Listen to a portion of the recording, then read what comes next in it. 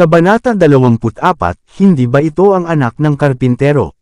Ang kabanatang ito ay batay sa Lucas Kapitulo 4 versikulo 16 hanggang 30. Sa buong maliwanag na mga araw ng ministeryo ni Kristo sa Galilea, isang anino ang nakalatag. Tinanggihan siya ng mga tao ng Nazareth. Hindi ba ito ang anak ng karpintero?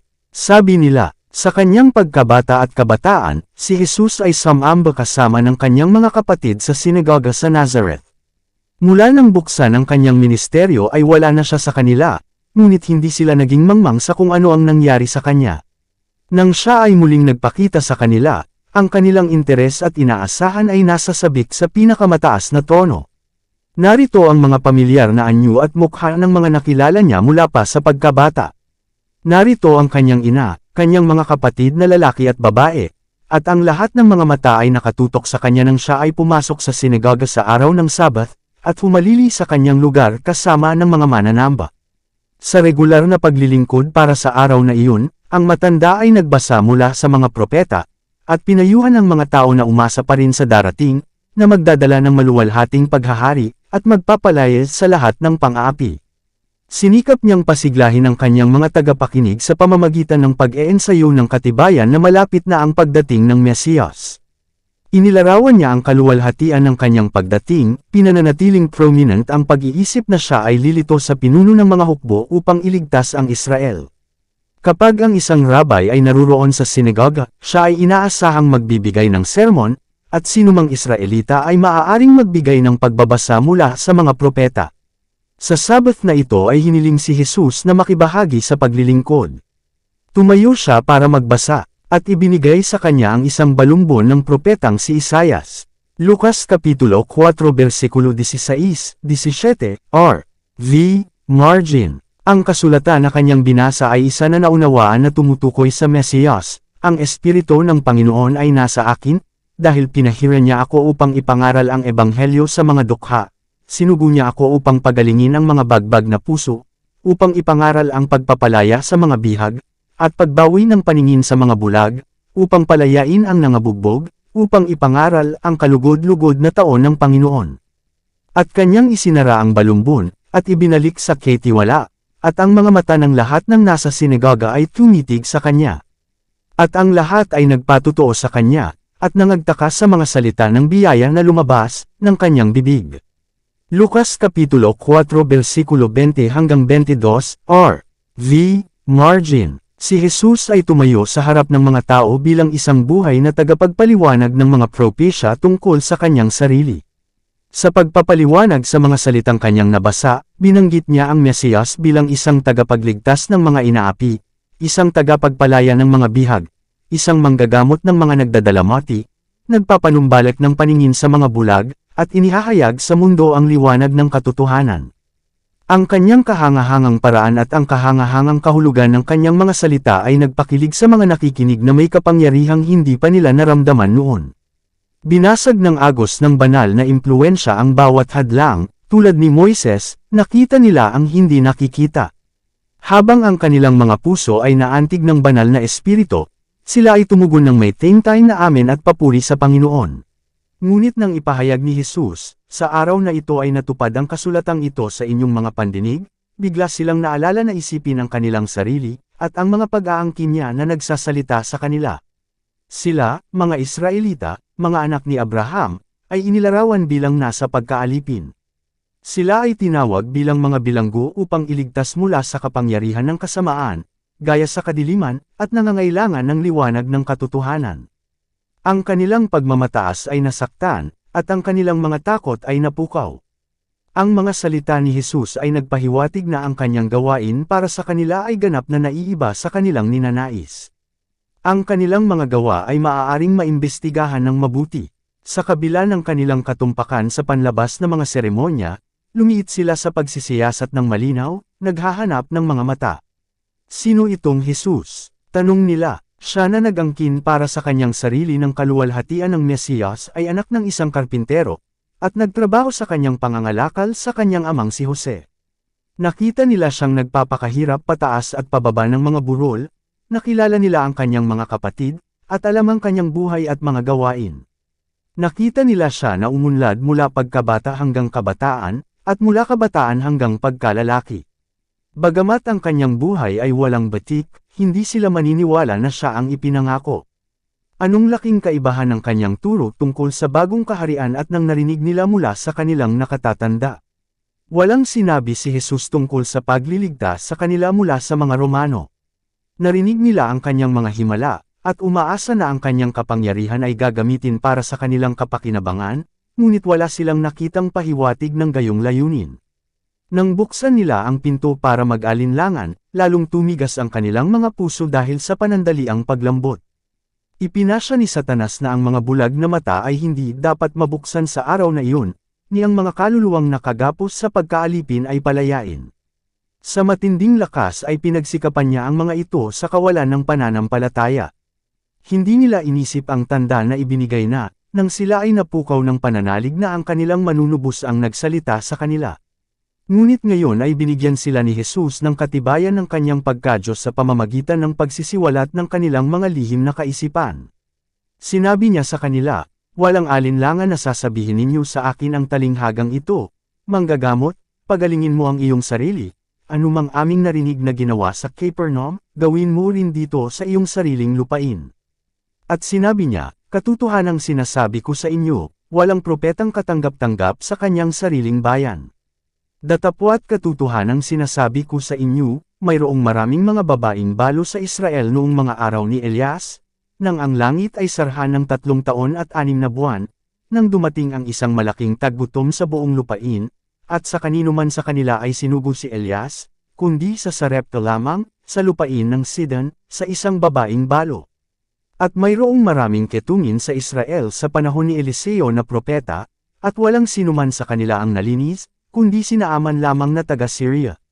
Lucas Kapitulo 4 versikulo 23 hanggang 27, R.V. Sa pamamagitan ng kaugnayang ito ng mga pangyayari sa buhay ng mga propeta, natugunan ni Jesus ang mga pagtatanong ng kanyang mga tagapakinig. Ang mga lingkod na pinili ng Diyos para sa isang espesyal na gawain ay hindi pinahintulutang gumawa para sa isang matigas na puso at hindi naniniwalang mga tao. Ngunit ang mga may pusong madarama at pananampalatayang maniwala ay lalo na binigyan ng mga katibayan ng kanyang kapangyarihan sa pamamagitan ng mga propeta. Noong mga araw ni Elias, ang Israel ay humiwalay sa Diyos. Kumapit sila sa kanilang mga kasalanan, at tinanggihan ang mga babala ng Espiritu sa pamamagitan ng mga mensahero ng Panginoon. Sa gayo'y inihiwalay nila ang kanilang mga sarili sa daluyan kung saan ang pagpapala ng Diyos ay maaaring dumating sa kanila. Dumaan ang Panginoon sa mga tahanan ng Israel, at nakahanap ng kanlungan para sa kanyang lingkod sa isang pag-anong lupain, kasama ang isang babae na hindi kabilang sa piniling bayan. Ngunit ang babaeng ito ay pinaburan dahil sinunod niya ang liwanag na natanggap niya, at ang kanyang puso ay bukas sa mas dakilang liwanag na ipinadala sa kanya ng Diyos sa pamamagitan ng kanyang propeta. Ito ay para sa parehong dahilan na sa panahon ni Eliseo ang mga ketungin ng Israel ay dumaan. Ngunit si Naaman, isang pag-anong maharlika, ay naging tapat sa kanyang paniniwala sa tama, at nadama ang kanyang malaking pangangailangan ng tulong. Siya ay nasa kondisyon na tumanggap ng mga kaloob ng biyaya ng Diyos. Hindi lamang siya nalinis mula sa kanyang ketong, ngunit biniyayaan ng kaalaman sa tunay na Diyos. Ang ating katayuan sa harap ng Diyos ay nakasalalay, hindi sa dami ng liwanag na natanggap natin, kundi sa paggamit natin sa kung ano ang mayroon tayo. Kaya kahit na ang mga pagano na pumipili ng tama hanggat maaari nilang makilala ito ay nasa isang mas kanais-nais na kalagayan kaysa sa mga taong nagkaroon ng dakilang liwanag, at nag-aangking naglilingkod sa Diyos, ngunit hindi pinapansin ang liwanag, at sa pamamagitan ng kanilang pang-araw-araw na buhay ay sumasalungat sa kanilang propesyon. Ang mga salita ni Jesus sa kanyang mga tagapakinig sa sinagoga ay tumama sa ugat ng kanilang katwiran sa sarili. Idiniin sa kanila ang mapait na katotohanan na sila ay humiwalay sa Diyos at nawala ang kanilang pag-aangkin na kanyang mga tao. Bawat salita ay naputol na parang kutsilyo habang nakalagay sa kanilang harapan ang tunay nilang kalagayan. Ngayon ay hinamak nila ang pananampalataya na noong una ay naging inspirasyon nila si Jesus. Hindi nila aminin na siya na nagmula sa kahirapan at kababaan ay iba sa karaniwang tao. Ang kanilang kawalan ng pananampalataya ay nagbunga ng mali siya. Kinokontrol sila ni Satanas, at sa galit ay sumigaw sila laban sa tagapagligtas. Sila ay tumalikod sa kanya na ang misyon ay magpagaling at magpanumbalik. Ngayon ay ipinakita nila ang mga katangian ng maninira. Nang tukuyin ni Jesus ang mga pagpapalang ibinigay sa mga Gentil, ang mabangis na pambansang pagmamataas ng kanyang mga tagapakinig ay napukaw, at ang kanyang mga salita ay nalunod sa isang kaguluhan ng mga tinig. Ipinagmamalaki ng mga taong ito ang kanilang sarili sa pagsunod sa batas, ngunit ngayon na ang kanilang mga pagtatangi ay nasaktan, sila ay handa na upang gumawa ng pagpatay. Naghiwalay ang kapulungan, at ipinatong ang mga kamay kay Jesus, itinaboy nila siya sa sinagoga, at sa labas ng lungsod. Lahat ay tila sabik sa kanyang pagkawasak. Minadali nila siya sa gilid ng bangin, na nagnanais na ihulog siya sa ulo. Napuno ng sigaw at pagsumpa ang hangin. Ang ilan ay bumabato sa kanya, nang bigla siyang nawala sa kanila. Ang makalangit na mga sugo na nasa tabi niya sa sinagoga ay kasama niya sa gitna ng galit na karamihang iyon. Isinara nila siya mula sa kanyang mga kaaway, at dinala siya sa isang lugar na ligtas. Kaya't pinrotektahan ng mga anghel si Lot, at inilabas siyang ligtas mula sa gitna ng Sedoma. Kaya pinrotektahan nila si Eliseo sa maliit na bundok na lungsod. Nang ang nakapalibot na mga burol ay mapuno ng mga kabayo at mga karo ng hari ng Syria, at ang malaking hukbo ng kanyang mga sandata, nakita ni Eliseo ang malapit na mga dalasdis ng burol na natatakpan ng mga hukbo ng Diyos, mga kabayo at mga karo ng apoy sa palibot ng tagapaglingkod ng ang Panginoon. Kaya, sa lahat ng panahon, ang mga anghel ay naging malapit sa tapat na mga tagasunod ni Kristo. Ang malawak na samahan ng kasamaan ay nakahanda laban sa lahat. Nang mananaig, ngunit nais ni Kristo na tumingin tayo sa mga bagay na hindi nakikita, sa mga hukbo ng langit na nagkakampo sa palibot ng lahat ng umiibig sa Diyos, upang iligtas sila. Mula sa kung anong mga panganib, nakikita at hindi nakikita, tayo ay naingatan sa pamamagitan ng interposisyon ng mga anghel. Hindi natin malalaman, hanggang sa liwanag ng kawalang hanggan nakita natin ang mga probisyon ng Diyos. Pagkatapos ay malalaman natin na ang buong pamilya ng langit ay interesado sa pamilya dito sa ibaba, at ang mga mensahero mula sa trono ng Diyos ay dumalo sa ating mga hakbang araw-araw. Nang si Jesus sa sinagoga ay nagbasa mula sa hula, huminto siya sa huling detalye tungkol sa gawain ng Mesiyas. Nang mabasa ang mga salitang, upang ipahayag ang katanggap-tanggap na taon ng Panginoon, inalis niya ang pariralang, at ang araw ng paghihiganti ng ating Diyos. Isaias Kapitulo 61 versikulo 2. Ito ay kasing dami ng katotohanan gaya ng una sa propesya, at sa pamamagitan ng kanyang pananahimik ay hindi itinanggi ni Jesus ang katotohanan. Ngunit ang huling pananalitang ito ay yaong kinalulugdan ng kanyang mga tagapakinig na tumira, at nais nilang tuparin. Tinuligsa nila ang mga paghatol laban sa mga pagano, na hindi nauunawaan na ang kanilang sariling pagkakasala ay higit pa kaysa sa iba. Sila mismo ay lubhang nangangailangan ng awan na handa nilang ipagkait sa mga pagano. Ang araw na iyon sa sinagoga, nang si Jesus ay tumayo sa gitna nila, ang kanilang pagkakataon na tanggapin ang tawag ng langit. Siya na, nalulugod sa awa, Mikas Kapitulo 7 versikulo 18, ay magsasawang iligtas sila mula sa kapahamakan na idinudulot ng kanilang mga kasalanan. Hinding walang isa pang tawag sa pagsisisi na maibibigay niya sila. Sa pagtatapos ng kanyang ministeryo sa Galilea, muli niyang binisita ang tahanan noong kanyang pagkabata. Mula nang siya ay tanggihan doon, ang katanyagan ng kanyang pangangaral at ang kanyang mga himala ay pumuno sa lupain. Wala nang makakaila ngayon na siya ay nagtataglay ng higit sa kapangyarihan ng tao. Alam ng mga tao ng Nazareth na siya ay lumibot sa paggawa ng mabuti, at nagpapagaling sa lahat ng inaapi ni Satanas. Sa paligid nila ay mga buong nayon kung saan walang daing ng karamdaman sa alinmang bahay, sapagkat siya'y dumaan sa kanila, at pinagaling ang lahat nilang may sakit. Ang awa na ipinahayag sa bawat pagkilos ng kanyang buhay ay nagpatutuo sa kanyang banal na pagpapahid. Muli habang nakikinig sila sa kanyang mga salita ang mga Nazareno ay naantig ng banal na espiritu. Ngunit kahit ngayon ay hindi nila aminin na ang taong ito, na pinalaki sa kanila, ay iba o mas dakila kaysa sa kanilang sarili. Naroon pa rin ang mapait na alaala na habang kanyang inaangkin sa kanyang sarili na siya ang ipinangako, talagang ipinagkait niya sa kanila ang isang lugar kasama ng Israel, sapagkat ipinakita niya sa kanila na hindi gaanong karapat-dapat sa pabor ng Diyos kaysa isang pag-anong lalaki at babae. Kaya't bagaman sila ay nagtanong, saan nagkaroon ng ganitong karunungan ang taong ito, at ang mga makapangyarihang gawang ito? Hindi nila siya tatanggapin bilang Kristo ng Diyos. Dahil sa kanilang kawalan ng pananampalataya, ang tagapagligtas ay hindi makagawa ng maraming himala sa kanila. Iilan lamang ang mga pusong bukas sa kanyang pagpapala, at atubili siyang umalis, hindi na bumalik. Ang kawalan ng pananampalataya, na minsang itinatangi, ay nagpatuloy sa pagkontrol sa mga lalaki ng Nazareth. Kaya kinokontrol nito ang Sanhedrin at ang bansa. Sa mga pari at mga tao, ang unang pagtanggi sa pagpapakita ng kapangyarihan ng banal na espiritu ay ang simula ng wakas. Upang patunayan na ang kanilang unang pagtutol ay tama, sila ay nagpatuloy magpakailanman sa pagkumbinsi sa mga salita ni Kristo.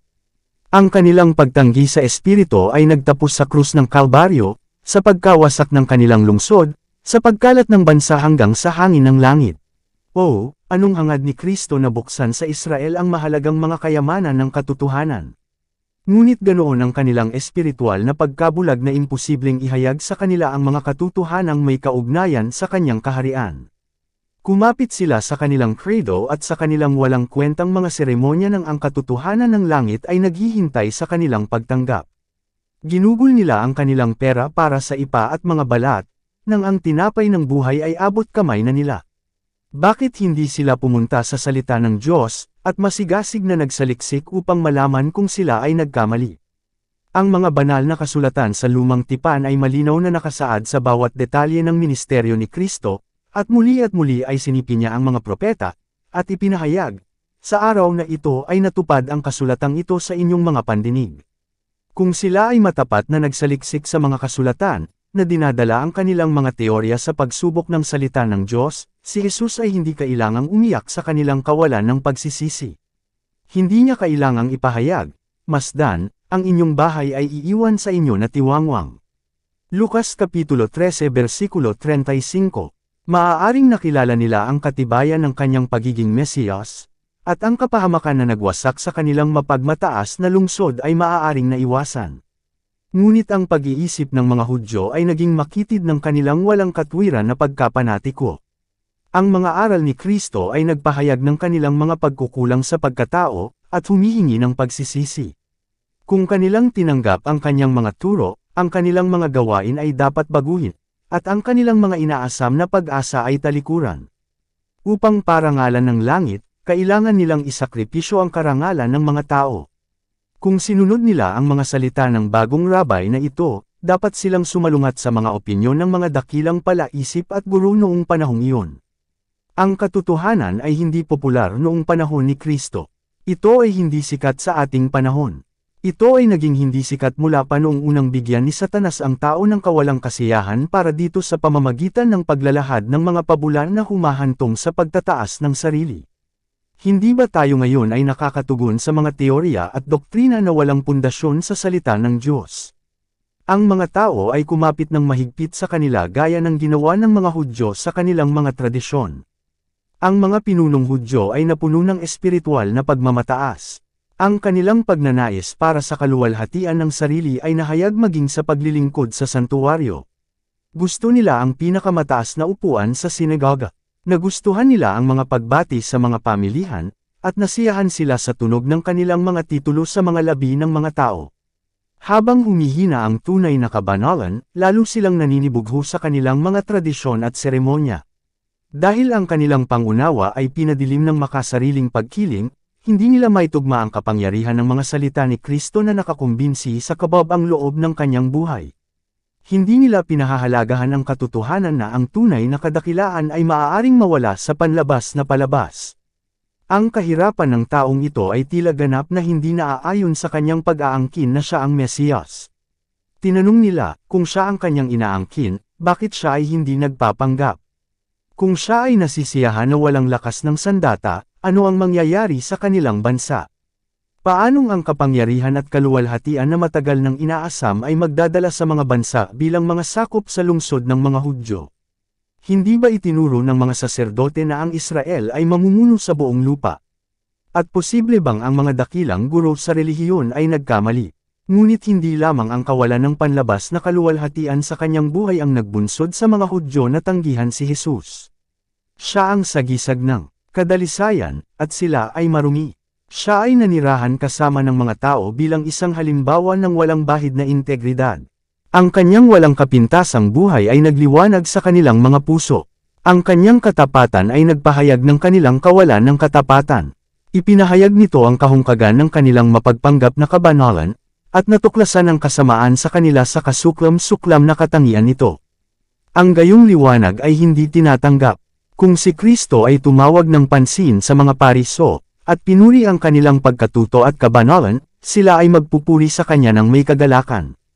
Ngunit nang sabihin niya ang kaharian ng langit bilang isang dispensasayon ng awa para sa buong sangkatauhan, naghaharap siya ng isang yugto ng relihiyon na hindi nila kukonsintihin. Ang kanilang sariling halimbawa at pagtuturo ay hindi kailanman naging tulad upang gawin ang paglilingkod sa Diyos na tila kanais-nais. Nang makita nilang binibigyang pansin ni Jesus ang mismong mga kinasusuklaman nila at itinatakwil, pinukaw nito ang pinakamasamang pagnanasa ng kanilang mapagmataas na puso. Sa kabila ng kanilang ipinagmamalaki na sa ilalim ng leon ng tribo ni Juda, Apokalipsis Kapitulo 5 versikulo 5, ang Israel ay dapat na itaas sa kadakilaan sa lahat ng mga bansa. Mas natiis pa sana nila ang pagkabigo ng kanilang ambisyosong pag-asa kaysa sa pagsaway ni Kristo, ng kanilang mga kasalanan, at ang kadostaan na kanilang nadama kahit na mula sa presensya ng kanyang kadalisayan. Dito nagtatapos ang Kabanata 24. Para updated ka sa susunod na kabanata, ay huwag kalimutang mag-subscribe, mag-follow at mag-share sa ating channel Renilab TV. Maraming salamat po.